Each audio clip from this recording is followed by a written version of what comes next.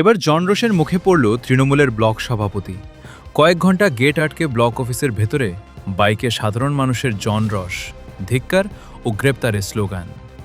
তৃণমূলের ব্লক সভাপতির নাম শহীদুল্লাহ গাজী। হিঙ্গলগঞ্জ ব্লক অফিসের ঘটনা। হিঙ্গলগঞ্জের তৃণমূলের ব্লক সভাপতি শহীদুল্লাহ গাজী। এই শহীদুল্লাহ গাজীর বিরুদ্ধে এলাকার মানুষের বহুদিনের ক্ষোভ। বহুদিন এই তৃণমূল ব্লক সভাপতির বাড়ি গিয়েছে এলাকার মানুষ, কিন্তু তিনি গা ঢাকা দিয়েছিল। এই ব্লক সভাপতির বিরুদ্ধে হিঙ্গলগঞ্জ থানায় একাধিক অভিযোগ দায়ের করেছে সাধারণ মানুষ এবং বিজেপির কর্মী সমর্থকরা। কখনো কাটমানি, কখনো জোর করে জমি দখল, আবার বিরোধী দলের কর্মী সমর্থকদের মারধর, খুনের হুমকিসহ একাধিক অভিযোগ ও তার বিরুদ্ধে। কিন্তু সে পালিয়ে পালিয়ে বেড়ানোয় তাকে এলাকার মানুষ খুঁজে পাচ্ছিল না।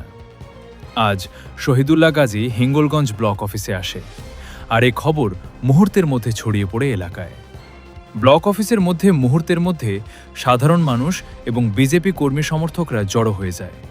ব্লক অফিসের বাইরে চলে ধিক্কার স্লোগান এবং তাকে গ্রেপ্তারের স্লোগান।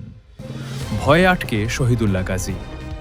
কয়েক ঘন্টা হয়ে গেল ব্লক অফিসের মধ্যে এখনও আটকে রয়েছে। ঘটনাস্থলে হিঙ্গলগঞ্জ থানার পুলিশ।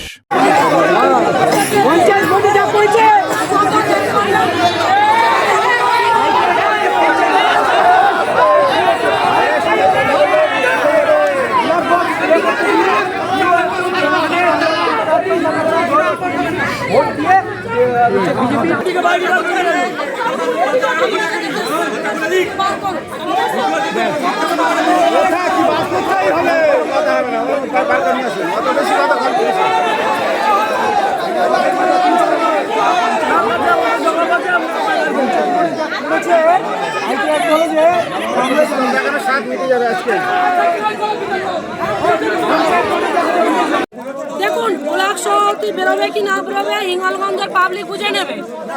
আর বিডিও সাহেবকে আমি আমাদের এই হিঙ্গলগঞ্জ ব্লকের বিডিও সাহেবকে আমি বলেছিলাম যে এখানে শহীদুল্লাহ গাজীর নেতৃত্বে অর্থাৎ রেফারেন্সে যতগুলো আপনার দপ্তরে ছেলে লোক আছে সবার লিস্ট করে আমাকে দিতে হবে, কারণ তারা অবৈধভাবে তারা এখানে নিয়োগ হয়েছে। তাদেরকে বার করে হিঙ্গলগঞ্জের যোগ্য ছেলেদেরকে এই জায়গায় বসাতে হবে। কারণ তারা অন্নপূর্ণা যোজনা থেকে, বার্ধক্য ভাতা থেকে শুরু করে আবাসের থেকে প্রত্যেকটা আমাদের প্রত্যেকটা প্রকল্পের কাজে সবটাই সংখ্যালঘুদের করে দিচ্ছে, অতএব আমাদের হিন্দু সনাতনীদের বাদ দিচ্ছে। আর আজকে শহীদুল্লাহ গাজীকে নিয়ে এসে গোপন সূত্রে মিটিং ছাড়া হচ্ছে। মানুষ আমাকে ফোন করছে, আমি বসিরহাট থেকে মিটিং ছেড়ে দিয়ে চলে এসেছে যে মিটিং কমপ্লিট করতে। কত সময় থাকবেন এখানে? দেখুন, যতক্ষণ না আমার কাছে ছোট্ট কথা, বিডিও সাহেব আসবেন, আমাদের হিঙ্গলগঞ্জ থানার ওসি সাহেব এখানে রাহুলবাবু আসবেন। কেন ওনাদেরকে এখানে ঢোকানো হলো, ওনারা নামে কেস করার পরে অ্যারেস্ট কেন হয়নি, এখানে কিসের জন্য ওনাকে শেল্টার দিয়ে, ওনাকে সেফগার্ড দিয়ে কেন রাখা হয়েছে, এই কৈপাটটুকু দিতে হবে। এর থেকে আমরা বেশি কিছু জানতে পারি না। আর আমরা হিঙ্গলগঞ্জ থানায়, হাসনাবাদ থানায় ওদিনে আমরা শহীদুল্লাহ গাজীকে দেব না। আমরা দিলে টোটাল আমরা দিল্লি পুলিশের হাতে তুলে দেবো।